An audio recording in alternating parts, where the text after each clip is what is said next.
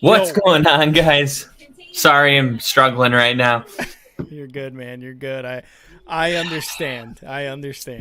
It's tough. It's tough to be a Broncos fan.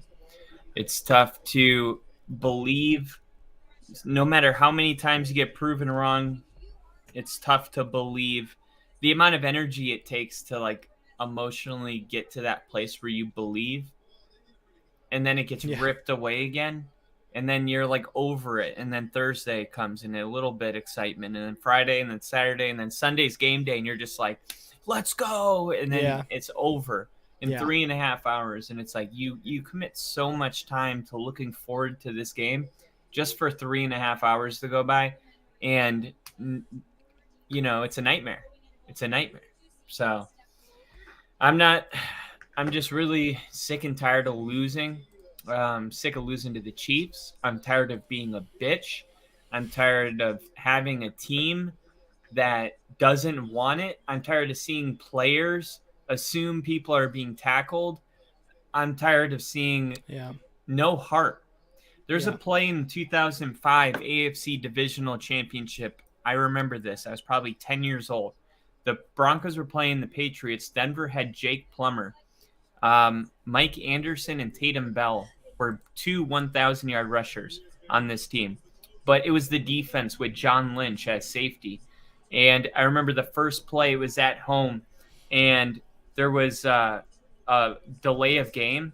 Mm-hmm. But John Lynch was doing a blitz, and the refs were blowing it dead, and he blasted through the line and had the quarterback with two hands and just kind of shook him oh, you're lucky this delay game happened because I'm going to fuck you up tonight.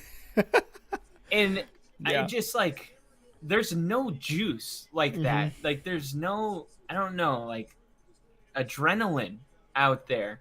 And it just seems like, I don't know, because I know that there are people like Surtain, like Justin Simmons, like Cortland Sutton and Jerry Jeudy. They say I know Justin Simmons, I know he deserves it. He deserves to be on a winning team because he carries himself in a professional manner week in and week out, and Denver loses. And I'm just I feel like I believe in these people halfly, but the other half is what if they're not that good? You know what I mean? Yeah. What if Justin Simmons is better than average, but what if he's not great? Surtain I know is great, but what if everyone else, like the Jerry Judys and the Cortland Suttons, what if those guys aren't that good? Yeah. And that's what's confusing about it, is because I really believe, if you put Jerry Jeudy in Kansas City, he's going to be Mahomes' number one receiver immediately. Yeah. Yeah. And that's what makes it so it's hard to let go of some of these people. And I bring this up because I don't know where to go from here. I don't know what it is. I don't know if you fire Van, it just seems like it's so much that you can't, it's not even worth firing Van Joseph. It's like, is it even worth it? Like, is that even enough? You know what I mean? To turn Yeah, this thing around? Because if talent wise we're not talented enough, then it's gonna look dumb, and then it's gonna look like you fired the wrong guy. And do you even want to risk that? I mean, it's just dude, I don't know. I will say for the Chiefs, they don't look unbeatable by any means. yeah, I didn't have them in my top five this week. They're very good, and Travis Kelsey has a great connection with Mahomes. Like, we know that, but it's just week in and week out. He's got over 120 yards receiving. It's crazy. Um, yeah. but besides that, nothing much really to write home about offensively for the Chiefs. Yeah, and that's one of the things that I looked at too, right? Like, I said this yesterday, and I said it the game last week against the Vikings. The Chiefs offense looks beatable. They go up against a very good defense. You don't know what's going to happen there, right? Like, is Mahomes going to do enough to carry them over for a win? I mean, they lost week 1 to the Lions, and the Lions have a stellar defense. So you kind of see how this Chiefs offense is looking, right, against good defenses. Their offense does need to bring it up a notch. Still, Mahomes had over 300 yards passing, a couple touchdowns there as well. So he didn't look. Mahomes doesn't look like he's really the problem on offense, even though he's the quarterback. It feels like it's just his role players, right? Outside of Kelsey, you got Tony, you got a couple other guys who just don't look very good on that offense. The defense, on the other hand, looks very, very good. We've said it before on this show plenty of times. This is probably the best defense that Mahomes and this Chiefs team has had in the entire Mahomes Andy Reid era. Credit to them. They're batting passes down at the line of scrimmage. They're getting interceptions. They're getting fumbles. They're really strangling offenses, and especially one like the Broncos offense, which today looked bad. The Broncos offense has been really, I think you would agree, the highlight of this year so far. We thought the defense was going to come into it looking like they did last year. They've taken an extremely big step backwards, as you can see. But they actually turned it up tonight, I think, against the Chiefs, letting up 19 points. Through 3 quarters. Yes, the Chiefs scored in every quarter, but you're looking at a lot of field goals and 1 touchdown, which would be great if the fucking offense would be able to do something with that. Yeah. You saw what they were able to do. They blocked that trickery play on a fake field goal attempt earlier in the second quarter. But the offense came out here, quick 3 and out in under a minute and a half, and it's like, okay, cool. I guess we just did this shit for nothing, right? So, and you mentioned it.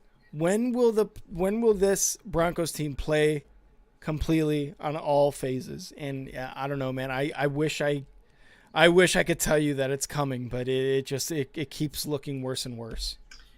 Yeah, and I really do appreciate this Thursday night football breakdown of all these different views that you don't get unless your team's playing on primetime. Mm-hmm. Because it gives you a little more perspective when you see the breakdown of the film. And Denver's really. Sean Payton was asked about this, like, hey, are you guys selling the locker room? Because that was Mm-hmm. kind of the feeling, was there's going to be a fire sale. Yeah. And Sean said, because the trade deadline's coming up, he's like, we're not shopping for players, but we're going to answer the phone. And that's kind of like what his PR person, told him to say, right? Yeah. Like, Yeah. oh, you can say that you're always answering the phone, and that way, you protect yourself from having conversations that will later be leaked about your players. And it's like, Mm-hmm. well, I said I was always answering the phone. It's like, yeah, but you don't want to say I'm shopping Cortland Sutton because you may not get production from him next week. And a Yeah. lot of people have believed that it seems like Cortland Sutton and some of these players have one foot out the door already, and they're not willing to, play for a coach that wants to get rid of them. And this is kind of uncharted territory right now. Pat Bowlen died, rest his soul, and the Denver Broncos have never been able to Denver hasn't beaten the Chiefs since Pat Bowlen passed. You know, I mean, Yeah. it's insane. And this 1-5 start right now, this is the worst start since 1994. That was the Jesus. year I was born. That's 29 years ago. So I've never seen Denver 1-5 because I wasn't remembering football when I was 0. I Mm-hmm. never. I've seen some bad seasons that I could have swore we were 1-5, but no, we were 2-3. Mm-hmm. Denver's always been good in early in the season, and they kind of fall apart late Mm-hmm. when they're having a bad year. But still, like they started, remember that 6-0 and ended 8-8. So Yeah. Denver's been a good start. And really, week one's always kind of been in Denver, and they always win week one. There's so many traditions of like things that used to just be a guarantee that may have been taken for granted. Like I always knew my team's going to win at home. I Mm-hmm. always knew we were going to have, close to a winning record or be in the playoffs. That this is uncharted territory, man. The Denver Broncos are in a competition for the worst team in the NFL, and I just don't understand how we couldn't figure out how to be successful. And within 2 years, we added Russell Wilson and Sean Payton, and this is the Yeah. worst team we've ever had. Like, how can that even add up to anything that makes sense? Like, that is like the total. If somebody said, what would be the most mind blowing thing I could tell you 3 years ago, right? Sean Payton and Russell Wilson are going to join up together and take over the Denver Broncos, and they're going to be 1-5 in the worst team in the NFL. Yeah. That would be on the list. So there's just a ton of this that you don't even know. Is like, is it the coach? Is it the quarterback? Is it the players? Is it the system? Is it the schemes? Is it Vance Joseph? What is that thing? Because we thought Sean Payton had that thing, Mm-hmm. and he was going to bring it, and that thing was winning ways, winning culture, um, and that didn't come with him. And now it's like we're looking around, and we're like, wait a minute, who's supposed to bring that? If Sean Payton couldn't bring it, like where do we even go from here? Yeah. And it's just rough, man. Yeah. Unfortunately, it is, dude. And I fully expected that as well. I fully expected, I feel like what you and other Broncos fans expected was Sean Payton was going to come in here, and he comes from a time with the Saints where he was like, I don't give a fuck, right? Like, you guys are going to play like this, and you guys are going to play hard. You guys are going to give me 110%. We're going to go out there and we're going to win fucking football games. And so far, even we said it there at the end of the stream while he was going out for the handshake with Andy Reid. He looks like a guy who just like has accepted the fact that the Broncos are not going to try anymore this year. Just the way he carried himself there at the end, the way he's carried himself through play calling, like it's like, what are we doing here? You know, we talked about Russ running the ball on a run for a quarterback, and we said it looked dumb, but Russ then ran it and looked good. But it's also like, what are we doing with the play calling? What's the play calling here? What exactly is you've said it before. What is the identity of this team right now? It's tough to look at this team and be like, this is a running team with Javonte Williams, or this is a passing team with Russ and Cortland Sutton. Jerry Jeudy's doing himself no favors, not trying. It looks like he's not trying out there. Like, dude, it's a rough go for Denver Broncos fans right now. Do you And think that there's like active tanking going on? Because as of right now, if you just Google, what the latest post on Twitter right now, it's 3 minutes ago. Caleb Williams, you are a Denver Bronco. The Denver Broncos might get Caleb Williams. Russell Wilson giving a master class for those who think Russ isn't the problem, and yeah, why the Denver Broncos should draft Caleb Williams. And when asked about when Chicago Bears right now have the number 1 pick and number 2 pick. yep, Okay. through the Panthers, yeah, So, I mean, it'll be interesting to see how this all plays out. But, I mean, the Bears look like they're going to start winning football games to me. And I know that hope their so. quarterback, he knows what pick they have. Yeah, He's very aware. And do I think Justin Fields wants, man, he said some things to Chicago, and I really do believe he's the kind of man that doesn't want to get traded, right? He wants Yeah. to throw for 4,000 yards. He wants to do that in Chicago. He Yeah. doesn't want to be replaced. Hmm. Nobody wants to be replaced. We learned that in Toy Story, right? I love the Right? reference. I love that No, reference. nobody said anything about being replaced. Yeah. This is Andy's toys we're talking about. It doesn't matter how much we're played with. What matters is that we're here for Andy when he needs us. That's what's important, right? No, but seriously, like Yeah. I do think Justin Fields is gonna go ball out the rest of the season. And I think what is interesting is what they do if Justin Fields balls out and the Panthers have the worst pick or the first pick, whatever, same thing. If they would even draft Caleb Williams, like maybe draft him and trade him, or just trade that pick for an absurd amount. But it's like, how much are you Again. willing to give up? Because we just got our first round pick back, dude. We Yeah. just got it back, Yeah. Yeah. And you're and easily looking at another first round pick for next year. yeah. So, Easily. dude, I don't know. Like, is this are all these Russell Wilson jerseys going to be Caleb Williams in 2 years? I could have never Dude, predicted this. dude, and the shitty thing is like Sean Payton is a coach that you went out and got because you expected this. And Russ Wilson, he's won a Super Bowl. He's a good quarterback. I just, man, I don't know. I don't know if Russ is the guy, man. I really don't know. And it's tough because we've already invested, the Broncos already invested so much money in him, right? Like they went out and got him and we're like, we got our fucking quarterback, boys, right? Like that's what Yeah. their mindset was. And now it's looking like Russ just got old quick. He got really old really quick.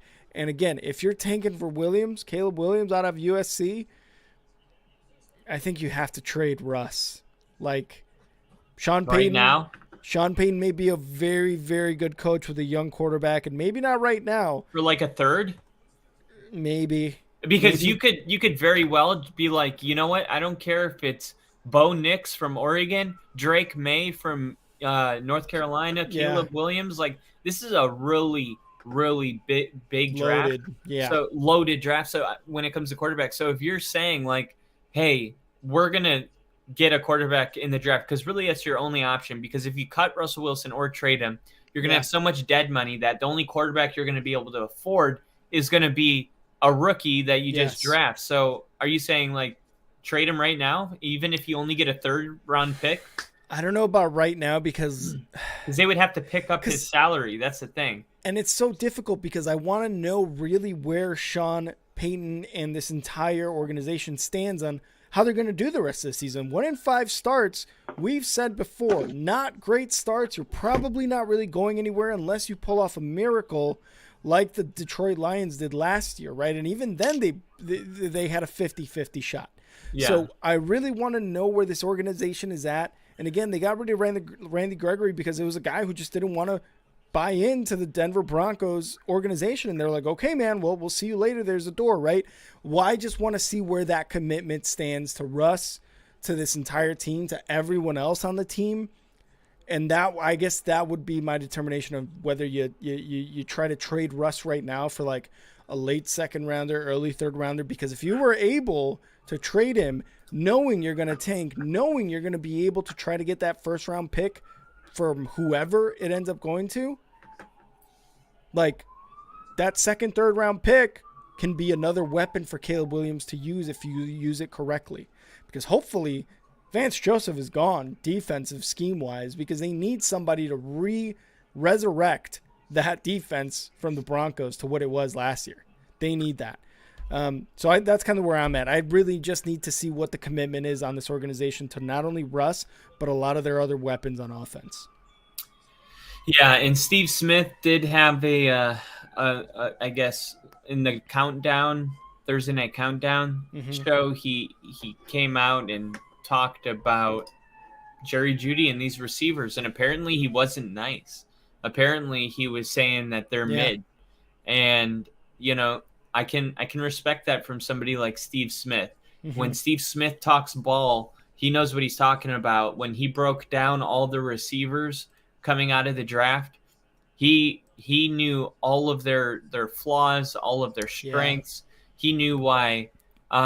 He's the reason I knew Quentin Johnson wasn't going to be, amazing right away. That he was a project. So, I mean, he's saying that the receivers aren't even that great. Like, I can only imagine that Sean Payton knows enough about football offensively to know, like, hey, there's no way that I've been doing this for whatever 16 seasons, Mm-hmm. leading, or no, it was 12 seasons or 13 seasons with the Mm-hmm. Saints, leading the NFL offensively for 11 of those years, and he takes 1 year off and has no idea what's going on. Like, Yeah. that's way less believable than Russell Wilson was good for 10 seasons and then just fell off, right? Yeah. Because Yeah. Russ is a player that is relying on athletic ability. Sean Payton is a mind, right? He was like when Philly was done with Andy Reid, they gave him to the Chiefs. You know what Mm-hmm. I mean? And in Philly, he didn't have the quarterback thing really going well at that time after McNabb and stuff. And now he gets Patrick Mahomes and he's a genius. Like Sean Payton, his his reputation is starting to get tainted Yeah. by the quarterback. And I just don't know if Sean Payton is willing to sit around and let that happen. But I also think if he knows that the only way to get out of this is to get a rookie quarterback, then why make a change and take a chance that Jared Stidham's really good at football? You know what I mean? Like, why even take that chance? And I mean, Yeah, and it's only 6 games in the season too, and even Steve in here saying who would even take Russ because Bill's saying check his contract and over the cap. It's insane. yeah, We have a nobody's taking Russ. No one's taking lot of money. Russ. I Yeah, don't know. nobody's taking. Russ might be one of those guys that just falls out of the NFL Maybe, because he maybe. doesn't strike me as a guy that's gonna, you know, I don't know, be married to Sarah and be a backup quarterback. That's not Yeah, happening yeah, in a million years. yeah, There's a lot of like, oh, he's a good person. He's also very big on his ego. You know what I yeah. mean? Very big. Like all about, his image and being a perfect. He should run for mayor. You know what I mean? He'd be a very good politician. He would. He But would. football player, he's not going to back up anybody. So I mean, I don't know. Like, I'm not. This is literally the definition of overreaction, and that's Hmm. probably because my team just lost. But my overreaction is that Russ could fall out of the NFL after this year. Strong words. Strong words from an even stronger man in Kyle. The Chiefs, on the other hand, uh, Pat Mahomes had a good day. Again, we said it. They don't look unbeatable on the offense. He was just able to get a third of those yards were to Kelsey, his number one go-to guy, and obviously the other 200 yards were scattered around Tony, Pacheco, Edwards-Helaire, a lot of these other guys, McKinnon, right? But the defense again, very very tough. And Bill said here, Chris Jones after the game said, "We knew they were dedicated to the run game tonight, and we prepared for it. But they prepared for it somehow and still got over 100 yards rushing on that defense. So maybe this might be one of the keys to beating this defense and the Chiefs is like the running game, right? Like Yeah. even if the Broncos offense can get over 100 yards on you on the run, like it seems to be something that I feel like teams moving forward are going to look at because this Chiefs defense is still very, very good with Chris Jones there in the front. So, again, the offense did its job, was able to rack up yards. Still, not a lot of success in the opponent's yardage. 1 out of 5 was a touchdown. One of those possessions, when they got there. And one of them, no points because they tried some trickery on a fake field goal and got no points after that because of a turnover. So, Chiefs offense looks beatable. Chiefs defense may be beatable with the run. You need a good combination of running backs there, though. Yeah, and I think the Chiefs will be just fine. Actually, last year they've been talking about, oh, we don't have a replacement for Juju Smith, who was their leading touchdown and receiving Yeah, yard leader. yeah, Well, remember Juju Smith wasn't even Patrick Mahomes' number one receiver at this time last year. it wasn't until around week 7 that bond was formed. And I think, at least from what I saw, it looks like Rice may pull away as that guy Yeah. for Patrick Mahomes. And this is about the time of year where he kind of settles into this new guy. So I'm not really, if I'm a Chiefs fan, which I would hate that, but I'm not really worried. I'm not really worried about anything ever because I have Patrick Mahomes. Yeah. You know what I mean? Like, Yeah. it's just a different world of, and I know what it's like to live like that for 4 years. You know what I mean? It just sucks that Yeah. he signed a 10-year contract. I kind of knew what that was like with Cutler, but even then it was still like, so. All right, well. You heard it here first. He just compared Jay Cutler to Peyton Manning. No, the only thing they have in common is that they were both Broncos. And that's about it. And then they had big arms. Well, and they actually, both cuss Jay out Cutler their centers. Yeah, exactly. You ever seen that viral clip of Manning cussing out Jeff Saturday? Yeah. Hey, Jeff, you trying to call the plays? Let me call the plays. Yeah. Let me call the fucking plays. Fucking, that is just such a historical clip. I love it. Kyle, you got anything else on this game before we get out of here? I hope you guys enjoyed the stream and enjoyed the breakdown. No, that's all I got. Thank you guys for tuning in today. Thanks for being gentle in the comments. Yeah. I really do appreciate it, because I was like, oh my God, dude.